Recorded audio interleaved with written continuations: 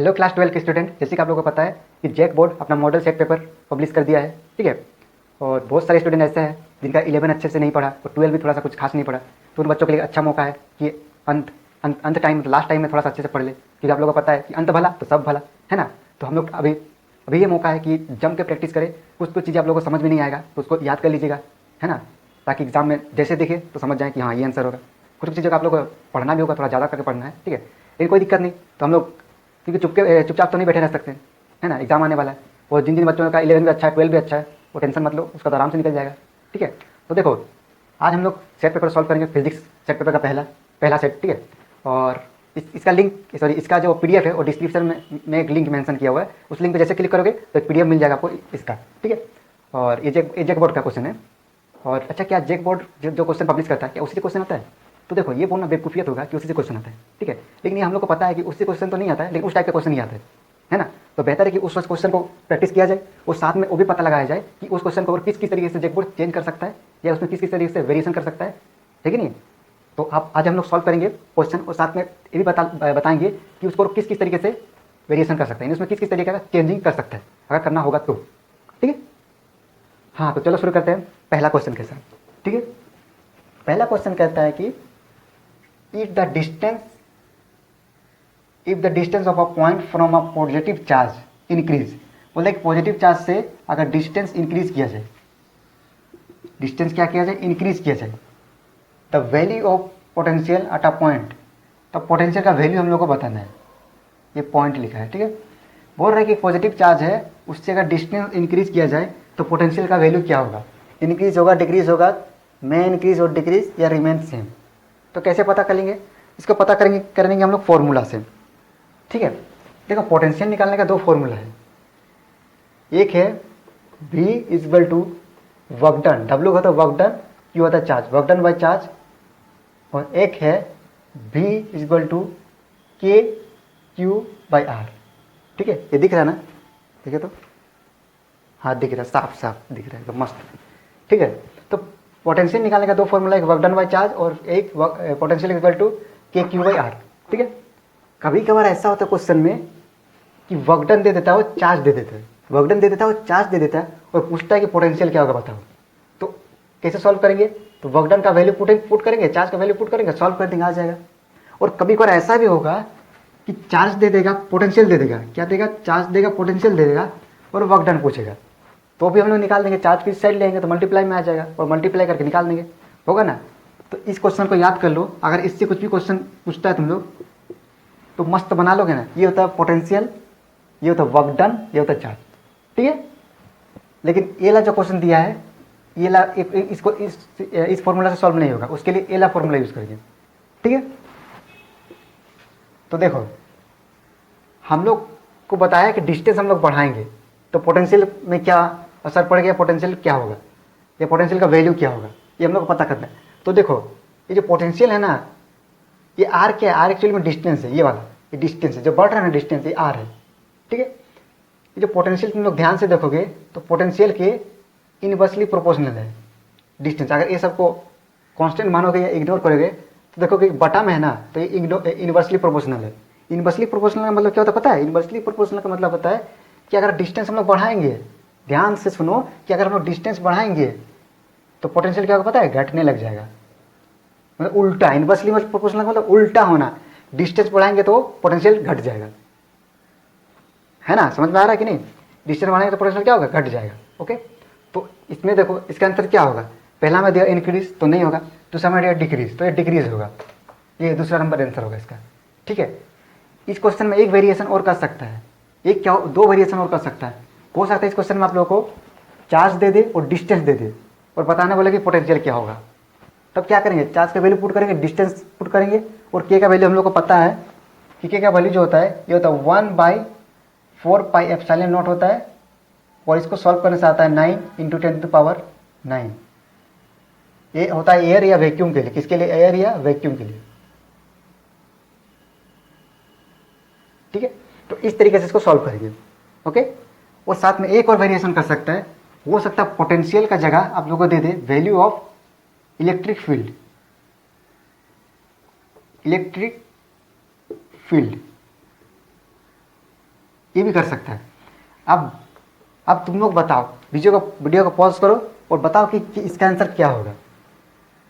By chance मान लो कि potential का जगह इलेक्ट्रिक फील्ड दे दे तो इसका आंसर क्या मतलब क्या टिक मारोगे, बताओ पॉज करके। चलो चलो बोलो बोलो बोलो बोलो कौन है वो, बताओ बोलो बोलो इसमें से कौन है वो, चलो बोलो बोलो बोलो। चलो ठीक है, तो देखो तब भी डिक्रीज होगा, तब भी क्या होगा, डिक्रीज होगा। क्यों? क्योंकि इलेक्ट्रिक फील्ड का जो फॉर्मूला होता है वो पोटेंशियल जैसे ही होता है, खाली उसमें थोड़ा सा वेरिएशन रहता है। उसका होता है कि V equal to k q by are square. ये तो इलेक्ट्रिक फील्ड का फॉर्मूला के क्यू बाई आर स्क्वेयर। बस वहाँ यहाँ पे मतलब आर के इन्वर्सली प्रोपोर्शनल है, यहाँ भी आर के इन्वर्सली प्रोपोर्शनल है लेकिन स्क्वायर टाइम में। क्या है यहाँ भी वी सॉरी यहाँ ई होगा, है ना, गलती से भी लिख दिए। इलेक्ट्रिक फील्ड को हम लोग ई से डिनोट करते हैं, ठीक है। तो यहाँ पे जो ई होगा वो भी क्या होगा, इनवर्सली प्रोपोर्शनल होगा लेकिन आर स्क्वायर में होगा। इसका मतलब होता है कि अगर डिस्टेंस जितना बढ़ाएगा पोटेंशियल भी उतना घटेगा। लेकिन इसका मतलब है कि अगर डिस्टेंस 2 गुना बढ़ाएं तो इलेक्ट्रिक फील्ड 4 गुना घट जाएगा। इसका मतलब क्योंकि स्क्वायर में है ना, ये दो बढ़ेगा तो 2 दूनी 4 हो जाएगा, यानी 4 टाइम में घट जाएगा। तो इसका भी होगा कि जैसे जैसे डिस्टेंस हम लोग बढ़ाएंगे इलेक्ट्रिक फील्ड क्या होने लगेगा, घटने लग जाएगा। ठीक है, तो ये पहला क्वेश्चन था, इसमें इतना तरीके का वेरिएशन कर सकता है। तो बेहतर है कि इसको याद कर लो, इसको याद कर लो और साथ में इलेक्ट्रिक फील्ड के लिए भी इसको भी याद कर लो, थोड़ा समझ लो इसको। ठीक है, इसको उतार लो जिसको भी उतारना है। और जैसे कि पता है तुम लोग को, डिस्क्रिप्शन में लिंक दिया हुआ उसमें इसका PDF मिल जाएगा। ओके, तो टेंशन नहीं लेने का। इसको मिटा दे रहे, ठीक है ना।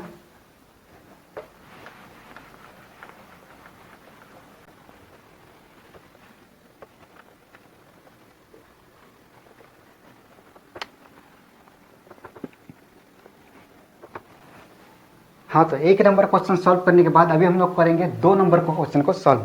ठीक है, ये बहुत इंपॉर्टेंट क्वेश्चन है, इससे तो क्वेश्चन देना ही चाहिए, इससे क्वेश्चन देना ही चाहिए, ये बहुत इंपॉर्टेंट है, इसको अच्छे से देखो। ठीक है, और इससे आएगा ही आएगा, जहाँ तक मेरे को पूछोगे तो इससे आएगा ही आएगा।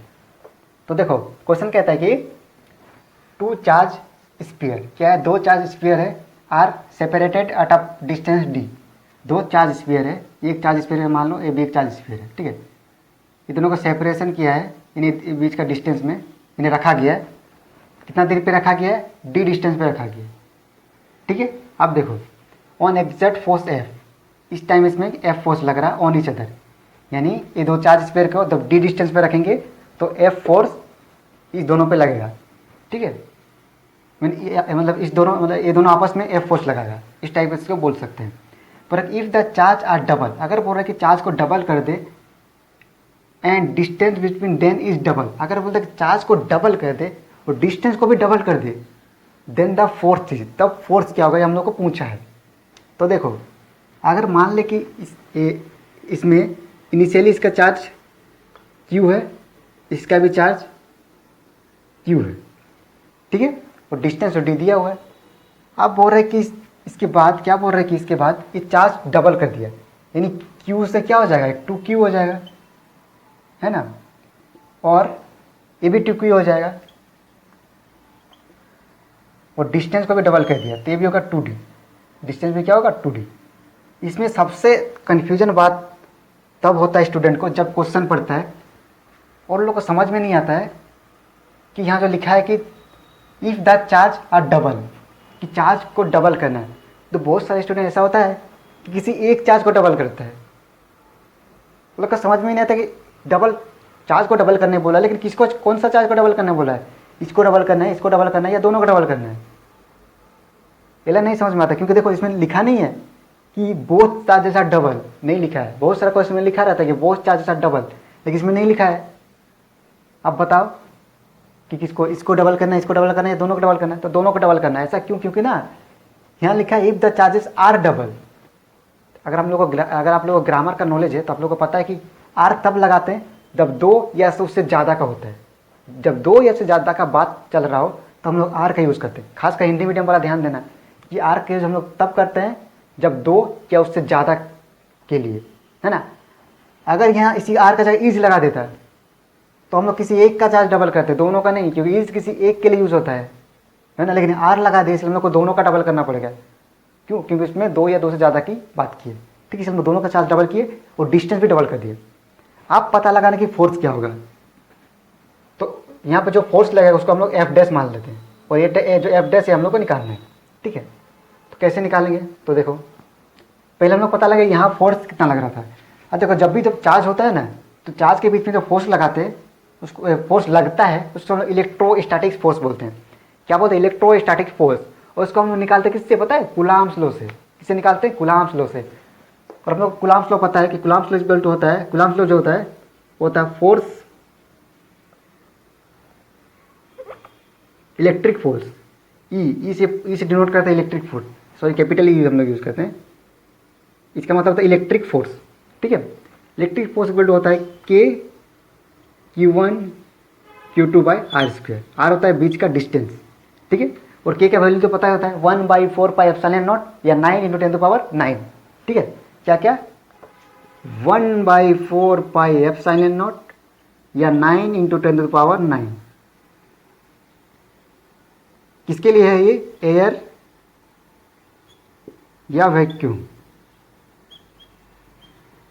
एयर या वैक्यूम के लिए, ओके, ठीक है। तो यहाँ पहले यहाँ फोर्स फाइंड करेंगे, फिर यहाँ फोर्स फाइंड करेंगे, फिर दोनों का कंपेयर कर देंगे, है कि नहीं, तभी तो पता चल जाएगा। तो देखो यहाँ पे फोर्स क्या होगा, यहाँ पे होगा F is equal to K, Q1 का वैल्यू Q दिया है, Q2 का वैल्यू भी Q दिया है, और आर स्क्वायर का जगह डिस्टेंस का स्क्वायर क्या होगा, डी स्क्वायर। तो क्या ये आ गया F is equal to K Q square by D square. पूरा पूरा दिख रहा है यहाँ तक बोर्ड, हाँ तो को देख लेते हैं एक बार। हाँ एकदम मस्त मस्त दिख रहा है साफ साफ। ये एल डी ठीक से नहीं दिख रहा है, ये डी है, ठीक है ना, डिस्टेंस, ये दोनों के बीच का डिस्टेंस है, ठीक है।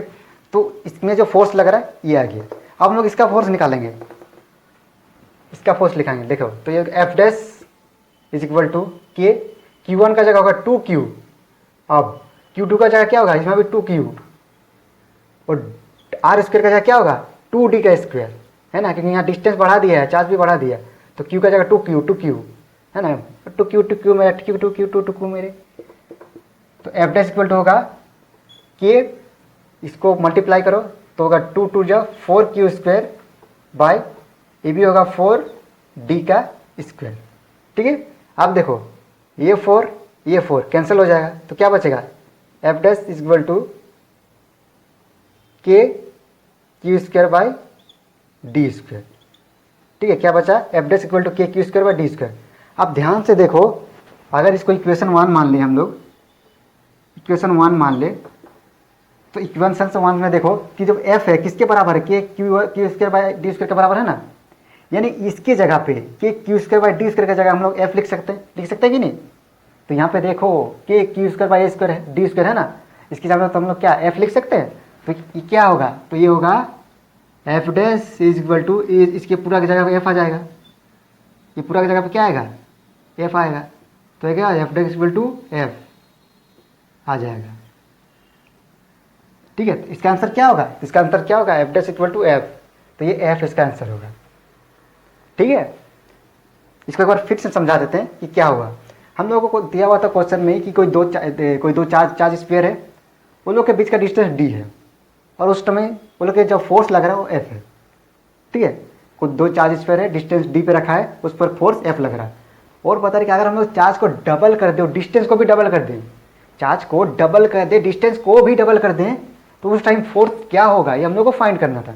तो ठीक है, तुम लोग को पता है कि जब भी चार्ज रहता है तो वो चार्जों के बीच में जो फोर्स लगता है उसको हम क्या बोलते हैं, यानी वो दोनों चार्ज जो एक दूसरे पर फोर्स एक्सर्ट करता है उसको इलेक्ट्रोस्टैटिक फोर्स बोलते हैं, और उसको हम लोग निकालते हैं कूलाम्ब्स लॉ से। और ये हम लोग कूलाम्ब्स लॉ का फॉर्मूला होता है, ये हम लोग को तो पता है, ठीक है। और तो हम इसी का फॉर्मूला से यूज़ करके पता लगाएंगे इसमें क्या फोर्स लग रहा है, तो इसमें ये फोर्स लग रहा है, और फिर इसमें पता लगाएंगे इसमें क्या फोर्स लग रहा है, तो इसमें ये फोर्स लग रहा है। फिर हम लोग दोनों को कंपेयर किए तो पता चला कि ये जो है एफ के बराबर है, और इसके जगह हम लोग एफ लिख सकते हैं और एफ लगा दे, यानी एफ डैश जो होगा वो एफ के बराबर होगा, ठीक है। हाँ, मतलब इस क्वेश्चन का एक शॉर्टकट तरीका का से भी कर सकते थे, ठीक है। वो शॉर्टकट तरीका क्या है, लेकिन वो शॉर्टकट तरीका सिर्फ इसी क्वेश्चन के लिए था, बाकी क्वेश्चन में यूज़ नहीं होगा। अगर ध्यान से देखोगे तो जो फोर्स है ये शॉर्टकट बाकी क्वेश्चन में यूज़ मत करना, नहीं तो गलत हो जाएगा, ठीक है, इसी क्वेश्चन के लिए, ओके।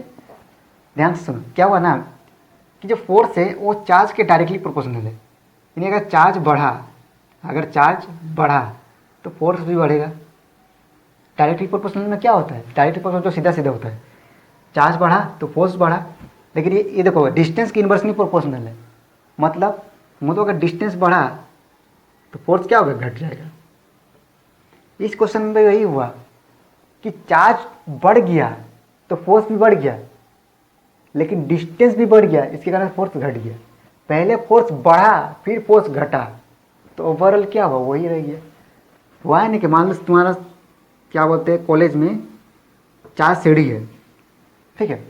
पहले तुम यहाँ पे खड़े हो, यहाँ से तुम 4 सीढ़ी ऊपर चढ़े, 1 2 3 4, ठीक है। और फिर 4 सीढ़ी नीचे आ गए, 1 2 3 4, तो क्या हुआ, तुम कहाँ पहुँचे, ओवरऑल जहाँ से शुरू किए तो वहीं पहुँच गए, है ना। तो इसमें वही हुआ कि चार्ज बोलता है कि बढ़ गया, डबल हो गया, और डिस्टेंस भी डबल हो गया। चार्ज के डबल होने से फोर्स दोगुना बढ़ गया और डिस्टेंस के डबल होने पे फोर्स दोगुना घट गया। सॉरी, मतलब 4 गुना बोल सकते हैं इसमें, क्योंकि इसमें मल्टीप्लाई में है। देखो ये मल्टीप्लाई में, स्क्वायर का मतलब मल्टीप्लाई होता है, ठीक है।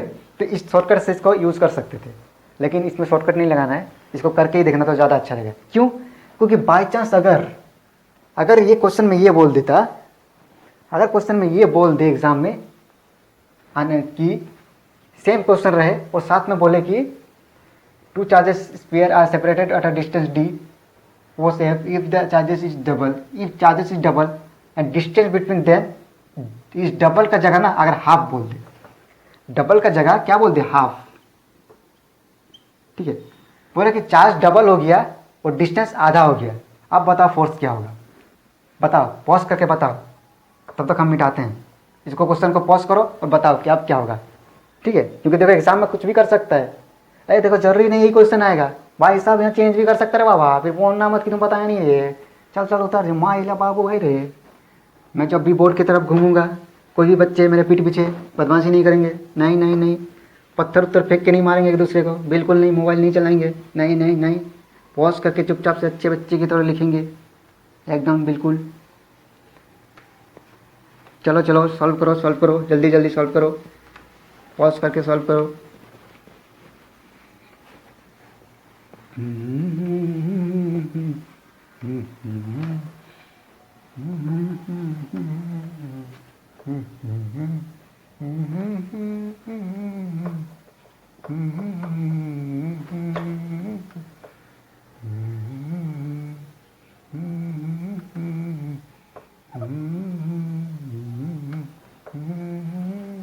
हाँ तो सॉल्व कर लिया, तो बताओ क्या होगा, बताओ क्या होगा, बोलो कौन है वो, बताओ क्या होगा, ठीक है। तो देखो इसको सॉल्व करेंगे कैसे, क्या बोल रहा क्वेश्चन में कि 2 charges sphere are separated at a distance d, 2 charge sphere है वो d डिस्टेंस में सेपरेशन है, मतलब d डिस्टेंस में रखा हुआ है।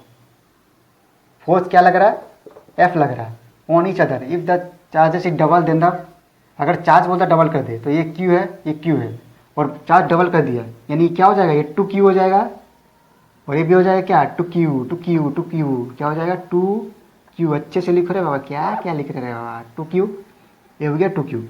अब पूरा डिस्टेंस डबल का जगह क्या किया है, हाफ किया इस बार, है ना, क्या किया, हाफ किया।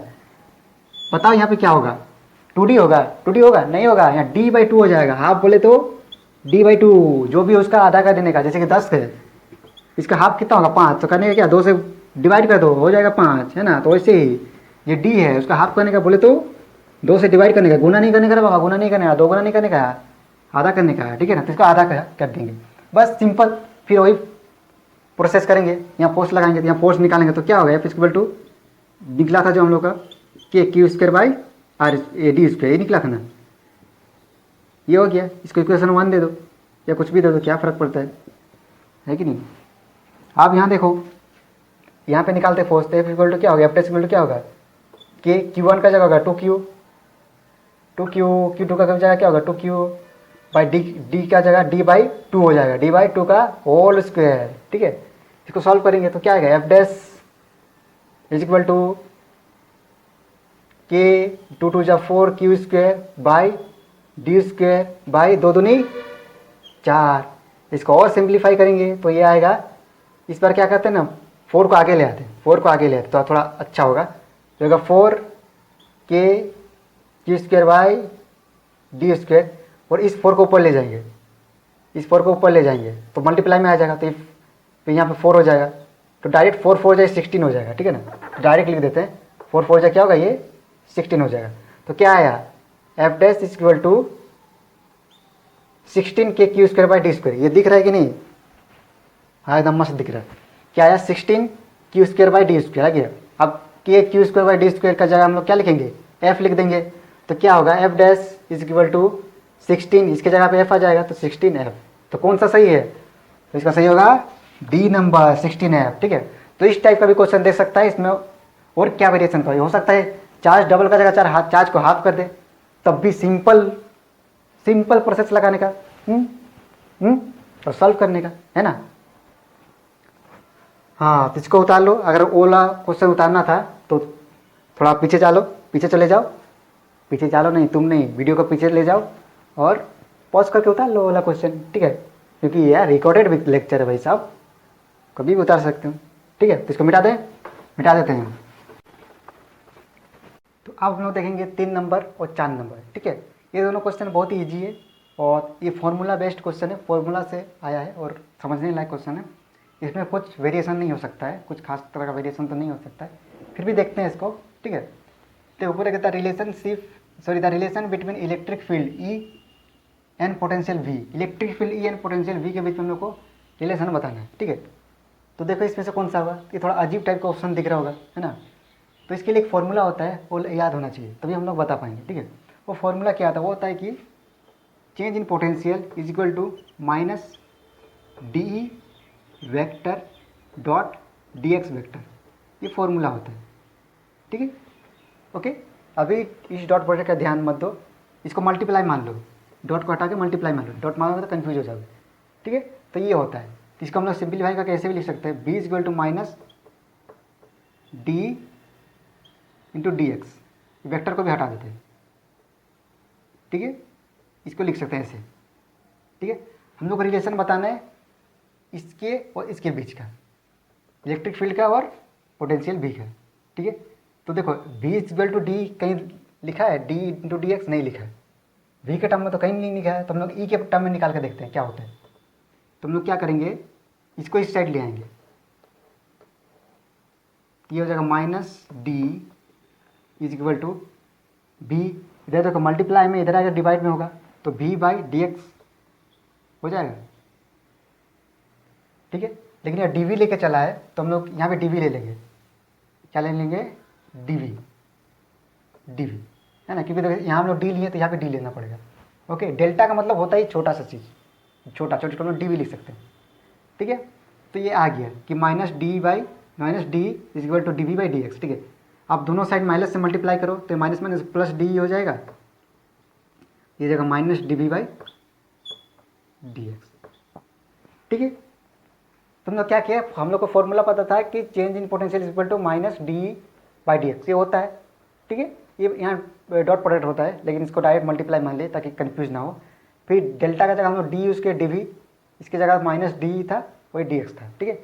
ये dv के टर्म में हम लोग कहीं पे मिला नहीं, तो हम लोग डी के टर्म में निकाल दिए। तो क्या किए, डी एक्स को इस साइड ले आए, तो क्या हुआ, मल्टीप्लाई में था, इधर डिवाइड में आ गया, तो डी इक्वल टू आया dv बाई डी एक्स आ गया, ठीक है। अब ये माइनस को हटाना था, क्योंकि देखो माइनस में तो कहीं दिया आना चाहिए। तो हम लोग क्या किए, माइनस को हटाने के लिए दोनों साइड मल्टीप्लाई कर दिए, माइनस से दोनों साइड हम लोग मल्टीप्लाई कर दिए, ठीक है। तो माइनस माइनस प्लस हो गया और इधर माइनस आ गया, तो ये हो गया D is equal to dv by D X. हाँ, ऐसा कर सकते हैं, दोनों साइड माइनस से मल्टीप्लाई कर सकते हैं, ओके। तो minus dv by D X ये आ गया इसका आंसर। तो ये कौन सा है, ये वाला है, ओके। आप देखो, आप बोलते हैं कि आप पॉजिटिवली चार्ज बॉडी, यहाँ डी का समझ के मत, यहाँ डी नहीं है इसलिए कोई लेना देना उससे नहीं है, ठीक है। यहाँ डायरेक्ट ई भी हो सकता है, डी का जगह ई लिखो या डी लिखो, कोई फर्क नहीं पड़ता, ओके। बोलते कि आप पॉजिटिवली चार्ज ग्लास, एक पॉजिटिवली चार्ज ग्लास है, ग्लास रॉड है, अट्रैक्ट ऑन ऑब्जेक्ट, एक पॉजिटिव चार्ज का ग्लास है, ग्लास रॉड है, वो कुछ ऑब्जेक्ट को अट्रैक्ट कर रहा है, ठीक है। अब बोलोगे द ऑब्जेक्ट मस्ट बी, वो ऑब्जेक्ट क्या होगा, नेगेटिव होगा, न्यूट्रल होगा, नेगेटिव न्यूट्रल होगा या मैग्नेटिक होगा। तो हम लोग को पता है यार कि जब भी पॉजिटिव चार्ज होता है किसी में, तो पॉजिटिव चार्ज किसको अट्रैक्ट करता है, नेगेटिव चार्ज को। हाँ, नेगेटिव चार्ज को अट्रैक्ट करता है, तो पता ही है ना कि पॉजिटिव चार्ज किसको अट्रैक्ट करता है, तो नेगेटिव चार्ज को। तो सिंपल इसका नेगेटिव चार्ज हो जाएगा, क्योंकि पहले क्वेश्चन में दिया हो ना पॉजिटिव चार्ज गिलास है, तो पॉजिटिव चार्ज गिलास है तो किसको अट्रैक्ट करेगा भैया, किस ऑब्जेक्ट को अट्रैक्ट करेगा, वही ऑब्जेक्ट को अट्रैक्ट करेगा जो नेगेटिवली चार्ज हो। पॉजिटिव पॉजिटिव को रिपेल करता है, like charge repel and unlike charge attract, और ये ये अनलाइक चार्ज है दोनों पॉजिटिव नेगेटिव, तो अट्रैक्ट करेगा नेगेटिव चार्ज को। ठीक है, तो इसका आंसर क्या होगा, नेगेटिव चार्ज। न्यूट्रल को तो अट्रैक्ट नहीं करेगा, क्योंकि न्यूट्रल में चार्ज ही नहीं तो कैसे अट्रैक्शन होगा।